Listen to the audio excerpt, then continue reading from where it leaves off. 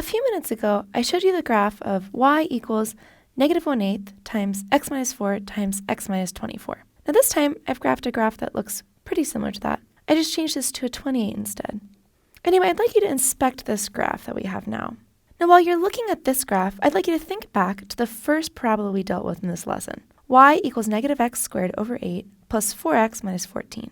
Remember, this was the curve that we were using to describe how the ball would fly out of the slingshot and go through the hoop at Grant's display booth. For this quadratic equation, we found its y-intercept, its x-intercepts, and its maximum, as these points right here.